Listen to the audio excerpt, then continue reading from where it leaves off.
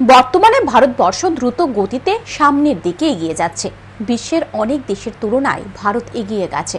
ভারতবর্ষ যেন এগিয়ে যেতে না পারে তার জন্য আন্তর্জাতিক চক্রান্ত চলছে। প্রধানমন্ত্রী নরেন্দ্র মোদীর ৭৪তম জন্মদিন উপলক্ষে আয়োজিত মেগা রক্তদান শিবিরের উদ্বোধনী অনুষ্ঠানে এই কথা বলেন মুখ্যমন্ত্রী ডাক্তার মানিক সাহা। প্রধানমন্ত্রী নরেন্দ্র মোদীর ৭৪তম জন্মদিন উপলক্ষে মহারানী তুলসীবতী ওয়েলফেয়ার ট্রাস্টের উদ্যোগে বুধবার মেগা রক্তদান শিবিরের আয়োজন করা হয়। রাজধানীর ভগৎ সিং যুব আবাসে এই মেগা রক্তদান শিবিরের উদ্বোধন করেন মুখ্যমন্ত্রী ডাক্তার মানিক সাহা।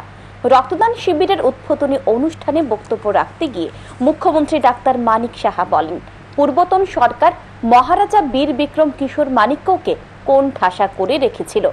মহারাজা বীর বিক্রমকে ঘরের ভেতর ঢুকিয়ে দিয়েছিল তারা জানতো যদি মহারাজা বীর বিক্রম কিশোর মাণিক্যকে সঠিক সম্মান দেওয়া হয় তাহলে তাদের রাজনীতি করার অবস্থা থাকবে না।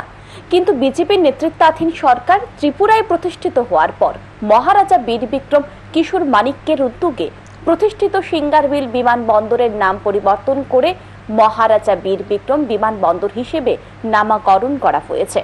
সঠিক সম্মান দেওয়া হয়েছে মহারাজাকে। যখন দ্বিতীয় বিশ্বযুদ্ধের শেষের দিকে এখানে Singarbil airport, one of the oldest airport এই ত্রিপুরাতে আগরতলায় সিঙ্গারবিলে হয়েছিল, সিঙ্গারবিল এয়ারপোর্ট বলা হতো। এবং সেটা কার জন্য হয়েছে? মহারাজা বীর বিক্রম কিশোর মাণিক্য বাহাদুরের। আমরা ওনার নামে এই কারণে মাননীয় প্রধানমন্ত্রী এসে মহারাজা বীর বিক্রম কিশোর মাণিক্য বাহাদুরের এয়ারপোর্ট, ইন্টারন্যাশনাল এয়ারপোর্ট, সেটা উনি ইনঅগ্রেট করেছেন। প্রায় ৩৩ বছর পর নয়া জাতীয় শিক্ষানীতি লাগু করা হয়েছে প্রধানমন্ত্রী নরেন্দ্র মোদীর উদ্যোগে। ত্রিপুরা রাজ্যেও জাতীয় শিক্ষানীতি লাগু করা হয়েছে। জাতীয় শিক্ষানীতি সকলকে বুঝতে হবে। বর্তমানে ভারতবর্ষ দ্রুত গতিতে এগিয়ে যাচ্ছে। বিশ্বের অনেক দেশের তুলনায় ভারত এগিয়ে গেছে বলে দাবি করেন মুখ্যমন্ত্রী আরো বলেন, ভালো কাজ করলে মানুষ পেছনে লেগে যায়। ভারতবর্ষ যেন এগিয়ে যেতে না পারে তার জন্য আন্তর্জাতিক চক্রান্ত চলছে বলে অভিযোগ করেন মুখ্যমন্ত্রী। এদিন জাতি জনজাতি সকলে একসাথে চলার আহ্বান জানান।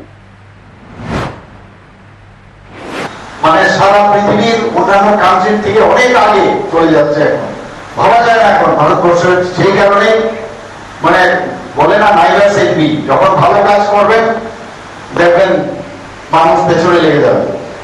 ঠিক আছে, G20-তে অনেকে এসে আমাদের দেশের বাবা বলেছে, কিন্তু আবার কিছু লোক আছে এদের কিন্তু সহ্য হচ্ছে না। রক্তদান শিবিরের উদ্বোধনী অনুষ্ঠানে মুখ্যমন্ত্রী ছাড়াও উপস্থিত ছিলেন পশ্চিম জেলার জেলা শাসক ডক্টর বিশাল কুমার সহ অন্যান্যরা। উদ্বোধনী অনুষ্ঠান শেষে মুখ্যমন্ত্রী সহ অন্যান্য অতিথিরা রক্তদান শিবির ঘুরে দেখে রক্তদাতাদের উৎসাহ প্রদান করেন। Bureau report, news today.